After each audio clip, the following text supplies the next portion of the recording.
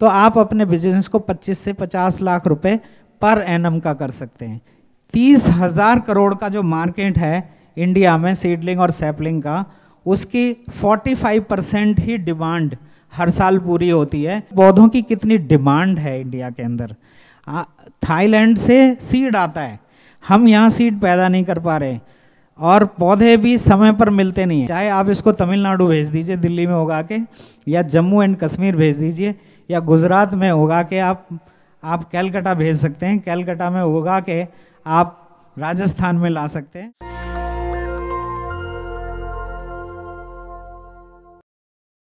खेती की एक ऐसी तकनीक को भी जान लें जहाँ पर हाइजीन बहुत इम्पॉर्टेंट है। और जैसा कि टिश्यू कल्चर में उन्होंने अभी बताया था डॉक्टर कुशवाहा साहब ने, कि टिश्यू कल्चर में जब पौधा हम बना लेते हैं तो उसको हार्डनिंग के लिए बहुत स्पेशल कंडीशंस चाहिए होती हैं। यानी जैसे माँ का एक बच्चा पैदा होता है, उसको हम नर्सरी में डालते हैं, फिर इंक्यूबेशन में भी डालते हैं, है नहीं, और उसको आर्टिफिशियल लाइट्स दी जाती हैं। तो वो एक ऐसी कंडीशनिंग होती है हार्डनिंग की कि जो गर्भ से बच्चा निकला है उसको बहुत अच्छा विकास के लिए हेल्थ और हाइजीन प्रोवाइड करता है। तो अभी अगर मौका मिलेगा तो एक डॉक्टर नावेद साबिर हमारे बीच में बैठे हैं, जो बहुत ही सीनियर प्रिंसिपल साइंटिस्ट हैं IRI में। वो इस विषय पर प्रकाश डाल सकते हैं कि वाई हेल्थ एंड हाइजीन और disease and paste free system कितना इम्पोर्टेंट है हमारे लिए, हमारे स्वास्थ्य के लिए और हमारे परिवेश के लिए और जीवन के लिए। हमारे परिवेश में हम ही नहीं आते हैं, हमारे परिवेश में हमसे जुड़े हुए पशु आते हैं जिनसे हमें दूध मिलता है, बहुत सारे डेयरी प्रोडक्ट्स मिलते हैं और हमारी फूड चेन में जाते हैं। इसमें बहुत सारे और भी पशु पक्षी आते हैं जो डायरेक्टली इनडायरेक्टली हमारे परिवेश से यानी पौधों से रिलेटेड होते हैं, उन पर फीड करते हैं और उनका भी एक्सक्रीटा है जो फूड चेन में जाता है। बहुत सारी चीज़ें ऐसी हैं कि जो अपना अपना छोटा छोटा कंट्रीब्यूशन देती हैं और हमारा सिस्टम बहुत अच्छा बनता है।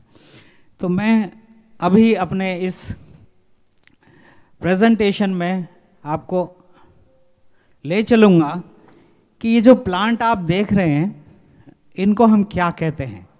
इसको हम प्लग टेक्नोलॉजी कहते हैं, जिसमें पौधे का विकास इस तरह से होता है कि उस पौधे के साथ उसको पोषक तत्व देने वाला, पानी देने वाला एक प्लग साथ में लगा होता है खेत में जाने तक।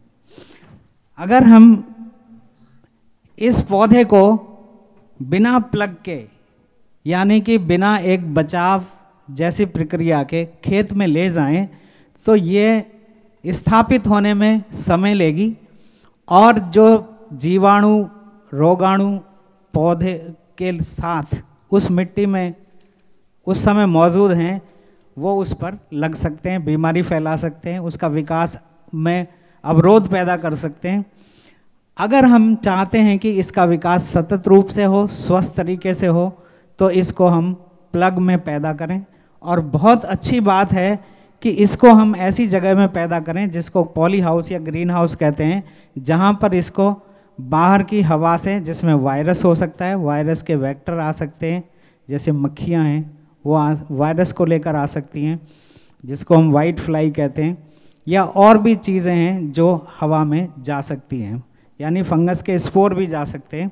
तो उसको बचाने के लिए अगर हम संरक्षित और सुरक्षित पौध का उत्पादन करेंगे तो निश्चित रूप से वो जो सब्जी का भी पौधा है जिसकी खेती की बात डॉक्टर यादव ने की अभी, वो सुरक्षित और एकदम संवर्धित रूप से विकास करेगा और हमें अधिक पैदावार देगा।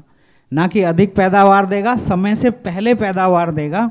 और आपको पता है कि इस तकनीक से जब पौध उगाते हैं हम और उसको लगाते हैं तो नंगी जड़ों वाले पौधे की अपेक्षा यह पौधा 15 से 20 दिन पहले स्थापित हो जाता है और सतत रूप से बढ़वार शुरू कर देता है।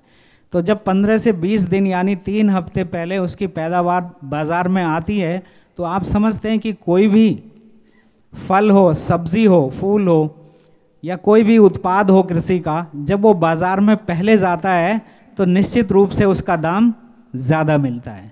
और यही खेती की ऐसी एक विधा है जिसमें अगेती खेती करने पर किसान को अधिक लाभ मिलता है। तो इसलिए इस पौध का सुरक्षित और अच्छे तरीके से पैदा किया जाना बहुत महत्वपूर्ण है। तो इसको पैदा करने के लिए हमें दो चीज़ें समझनी बहुत आवश्यक है कि एक तो एसेप्टिक कंडीशंस या ग्रीन हाउस पॉली हाउस हमारे पास हो और उसमें ऐसे कंटेनर्स हों जो हमारे स्टेरिलाइज्ड हों, ग्रोइंग मीडिया हो जिसमें कोई कंटामिनेशन ना हो और उसमें हम एक एक सीड डालें, चाहे वो गोलाकार रूप की ट्रे हो या स्क्वायर की हो या हेक्सागोनल ऑक्टागोनल हो, जिसमें जड़ें अच्छे से विकास करें। और जैसा कि अभी मैंने कहा कि स्केलेबल टेक्नोलॉजी, क्या संभव है इस तकनीक से कि हम जो भी टेक्नोलॉजी कर रहे हैं उसमें जो संख्या है पौधों की, क्या उनको हम बहुत अधिक संख्या में उगा सकते हैं? तो निश्चित उगा सकते हैं। जब आपके पास n नंबर ऑफ ट्रे एक ही साइज़ की हों और एक ही किस्म का बहुत सारा सीड हो जिसको हम एक यूनिट करके उसमें लगा सकें। और ये डिपेंड करता है कि जो ट्रे है, ट्रे की गहराई है, उसका जो कैविटी का साइज़ है वो सीड के साइज़ के आकार पर डिपेंड करेगा। अगर छोटा सीड है तो छोटे सीड के अनुसार हम छोटे साइज़ की ट्रे ले सकते हैं। अगर थोड़ा बड़ा सीड है जिसको अधिक समय उगने में लगता है तो थोड़ा बड़ा खाना उसके लिए इस्तेमाल कर सकते हैं।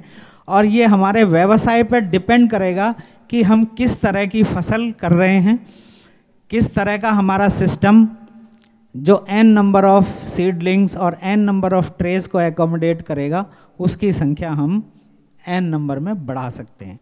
तो जैसे अभी आपने सुना था कि इतनी मांग है पौधों की कि हम उसके कैटर नहीं कर पा रहे हैं, कि हमारे जो NCR की मांग है वो करीब करीब 1200 करोड़ रुपए प्रति वर्ष की है।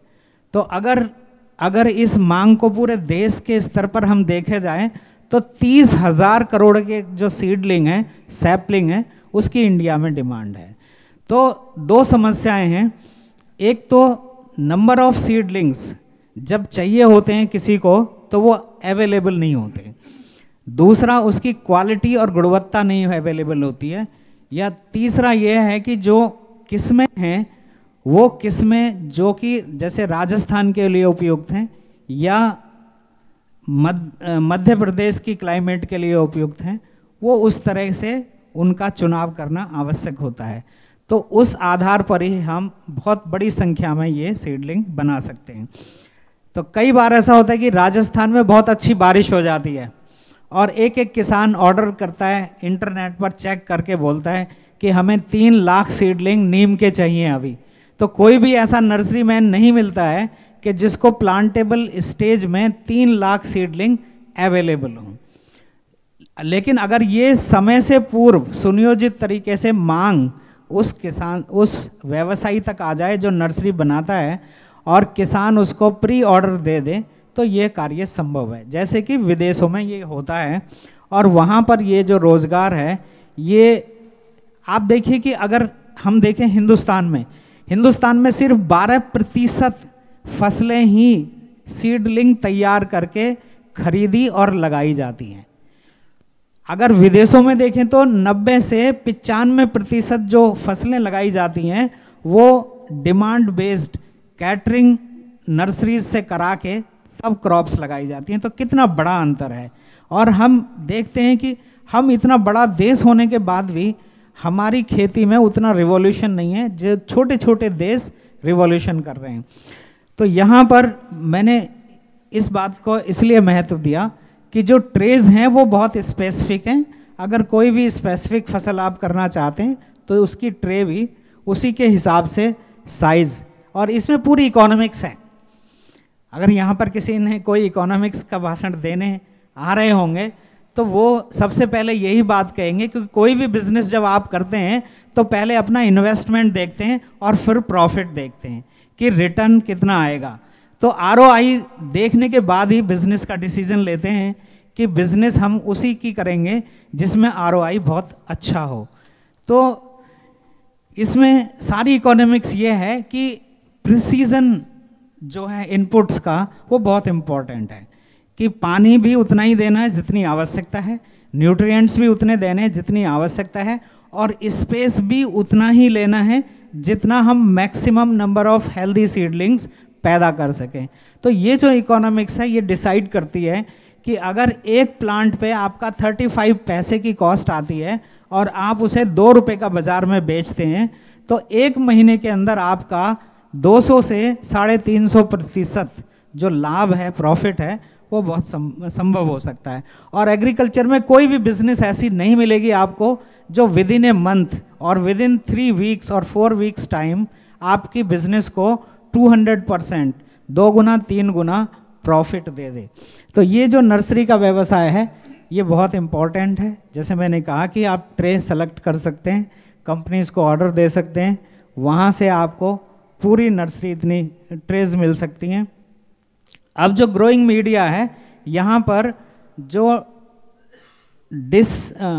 इन्फेक्टेंट मीडिया है वही यूज़ करते हैं, सैनिटाइज, और जिसको हम कोई भी बीमारी इसके अंदर आनी नहीं चाहिए 30 और 40 डेज के टाइम तक।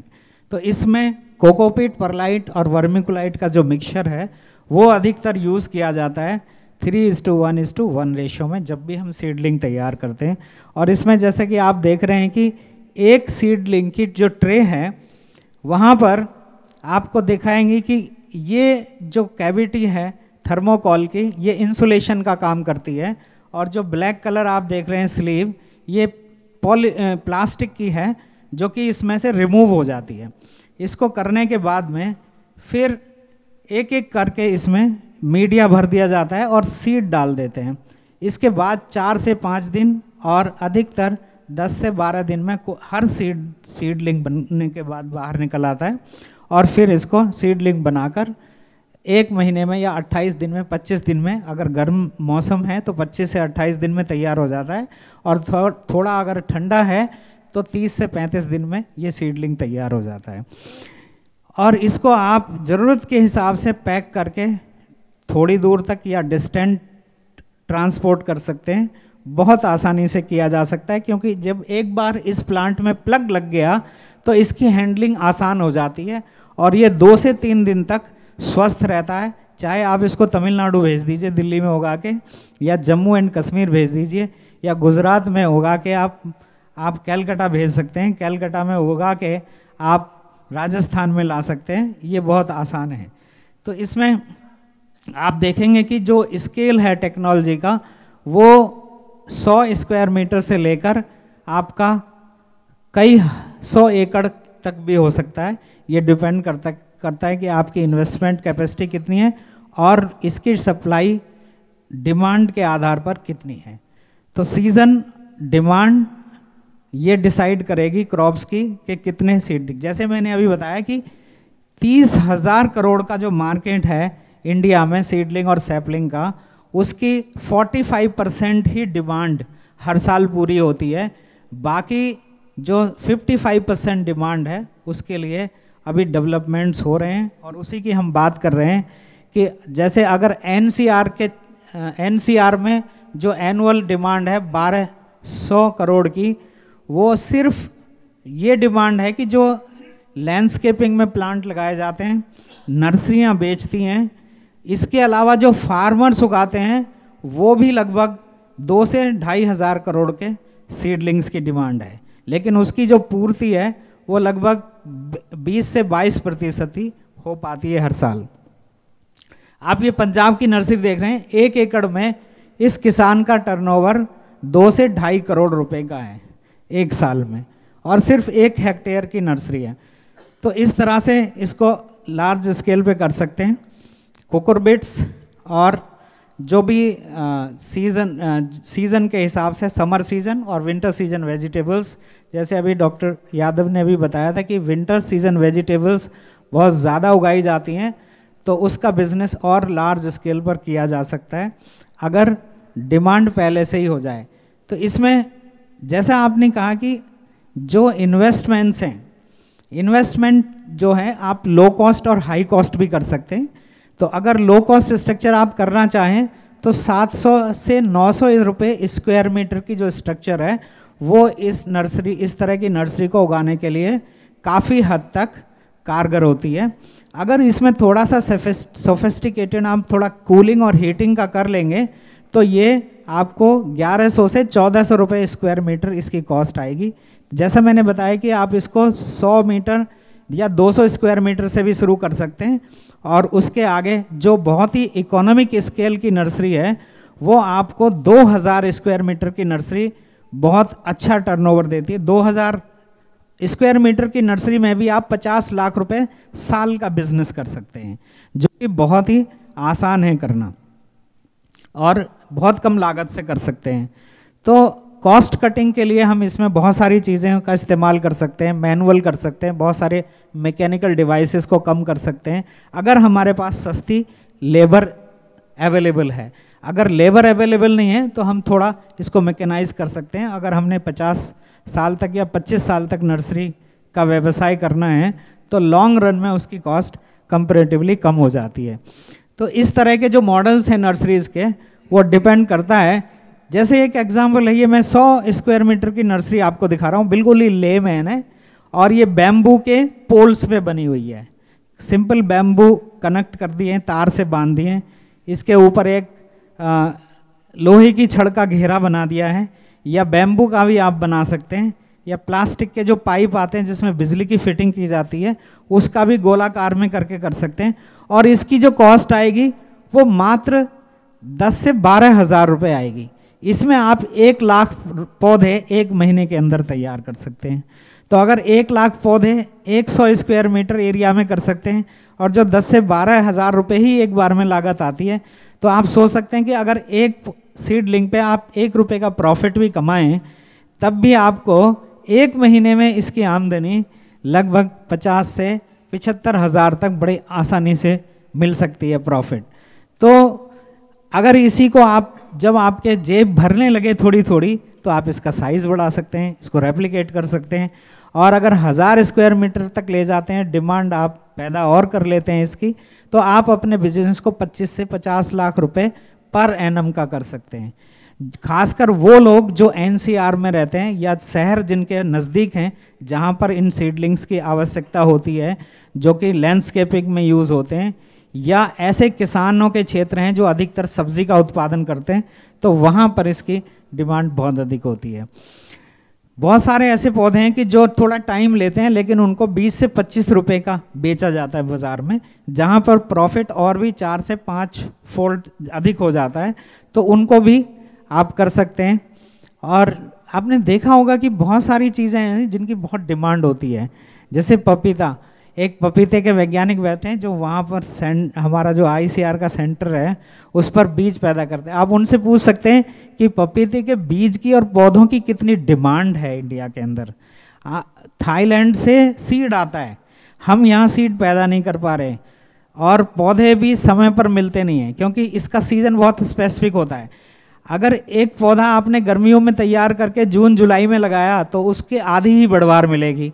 अगर इसी पौधे को आप सर्दियों के महीने में पैदा करके फरवरी मार्च में लगाएंगे तो इससे आपको 100 किलो पपीता तो मिलेगा ही मिलेगा उसी साल, और अगली साल भी 50 किलो पपीता मिल जाएगा।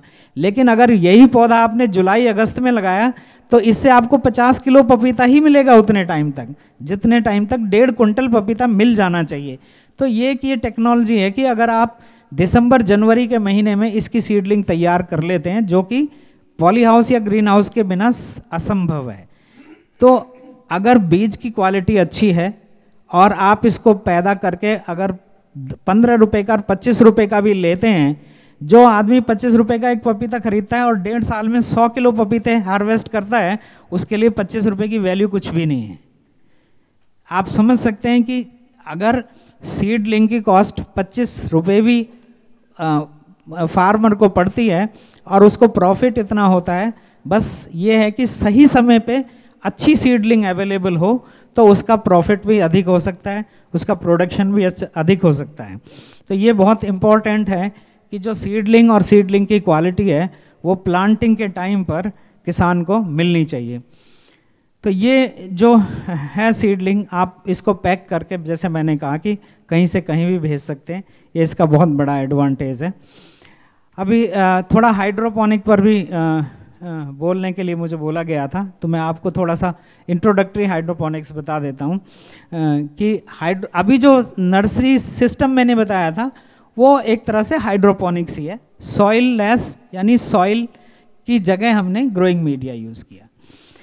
अब अगर हम हाइड्रोपोनिक्स और एक्वापोनिक्स में आए तो यहाँ पर क्या है कि पानी में क्रॉप को फ्लोट करना है, तो ये भी बहुत अच्छा है, लेकिन ये वहाँ पर अच्छा है जहाँ आपकी सॉइल की क्वालिटी अच्छी नहीं है, आपकी क्लाइमेट अच्छी नहीं है, तो वहाँ पर आप इंडोर में और बिना सॉइल के इसको कर सकते हैं। तो यहाँ पर जो कॉस्ट ऑफ प्रोडक्शन है वो हाई आएगी, बहुत कम नहीं आएगी, लेकिन इसकी वैल्यू तभी होगी कि जब आपकी सॉइल और क्लाइमेट अच्छी नहीं है और वहाँ पर ऑफ सीजन वेजिटेबल आप उगाना चाहते हैं, तो इसकी वैल्यू होगी। जब 300 रुपये किलो का लेट्यूस आप खरीद के खाते हैं, तो यहाँ पर आपको इसकी कॉस्ट जो है 60 रुपये से 70 रुपये की 1 किलो हो जाएगी। तो अगर आपको सॉइल में उगाकर ही, अगर सॉइल अच्छी है, पानी अच्छा है, क्लाइमेट अच्छी है, तो वहाँ आप देखेंगे कि 1 किलो लेट्यूस आप 12 से 15 रुपये में ही उगा लेंगे। तो जो हमें ये देखना है कि उसकी उपयोगिता क्या है। आजकल उपयोगिता क्या है कि बहुत लोग घरों में रहते हैं, उनके पास छत है या थोड़े से कमरों के सामने जगह है या गैलरी है, या ऐसी गैलरी है जहाँ पर साइड में धूप आती है, आंगन सेकंड फ्लोर की छत है, थोड़ी बहुत धूप आती है, तो वहाँ इस तरह की चीज़ों को कर सकते हैं। अब इसमें बहुत सारे सिस्टम होते हैं हाइड्रोपोनिक्स के, जहाँ पर पानी रोटेट करता है, कलेक्ट होता है, फिर से रिसाइकल होता है।